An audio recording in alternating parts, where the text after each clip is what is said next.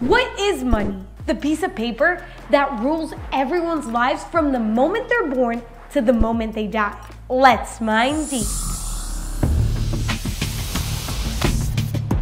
Money assumes various forms like cash, metals, deposits, credit, and now Bitcoin. Some see it as energy or speech or even a technological tool for trade, while others view it as a social construct shaped by culture and governed by cultural norms and values. These diverse views reflect money's deeper concept because, contrary to being the root of all evil, it is also a foundation for complex cooperation, a means to transact and buy goods. It serves as a medium of exchange, acquired not for its own value, but to purchase other goods in moments of bargaining.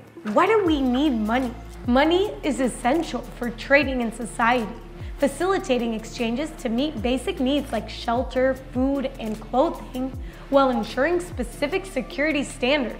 Without money, people would rely on barter or credit and debt ledgers. So let's go back. Thousands of years ago, in the early stages of human civilization, money began as barter, where goods and services were directly exchanged. However, this had limitations, requiring a double coincidence once. Because come on, let's be real. You can't buy a house for apples. They'll rot. To overcome this, commodity money like shells and precious metals emerged, giving a value beyond their obvious physical purpose for trade.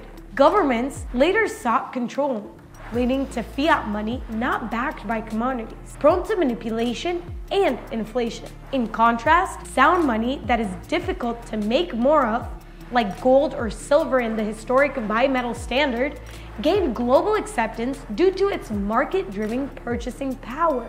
The current money system is criticized for allowing manipulation, causing economic distortions, wealth inequality, and eroding purchasing power.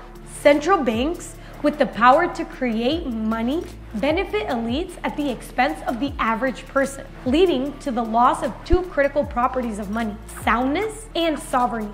So why should you care? Contrary to popular belief, money does not need to be backed by anything. The idea that money must be backed by something only exists because paper money was once redeemable or backed by gold, where intrinsically useless fiat money piggybacked onto gold's valuable properties. And Bitcoin promises to be the next step in the evolution of money.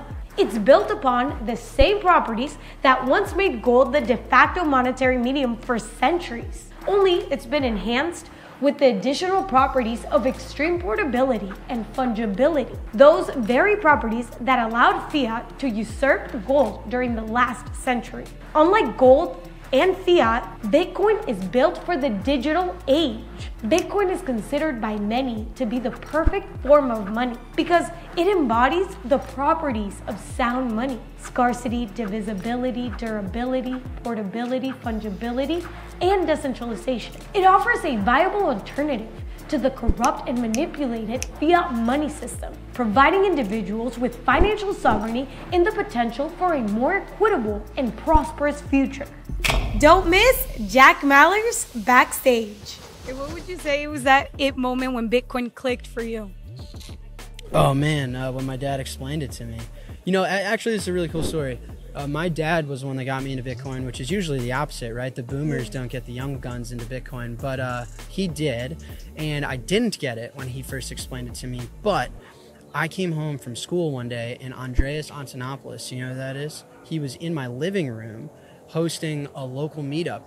This was 2014 maybe. This was like the first ever Bitcoin Chicago meetup. There wasn't enough people to actually have it in such a big space back in the day. So my dad said, hey, we'll just host it at our house. And so there was about 10 Bitcoiners and Andreas in my living room. I got home from school and I had my backpack on and there's this guy that was explaining how this thing was going to change the world. And I was like, wow, that's fucking crazy.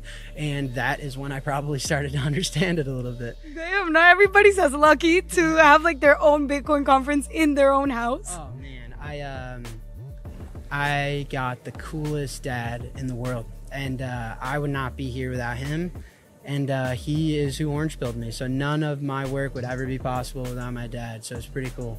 Now we gotta know, what inspired you to conquer one of the biggest problems in the world and try to pass Bitcoin all over?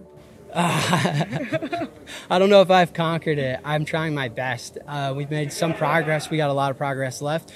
I think what inspires me is I'm a human being, and I think at the end of the day, we're all in the same team and we're all the same species, and I think Bitcoin does a lot of good for a lot of the world, and that's all the inspiration I've ever needed. And so when I wake up in the morning and I'm like, damn, should I work on Bitcoin? And I think of everything else I could work on to help the world. I think every day I choose Bitcoin. So it's the tool I equip myself with to make change.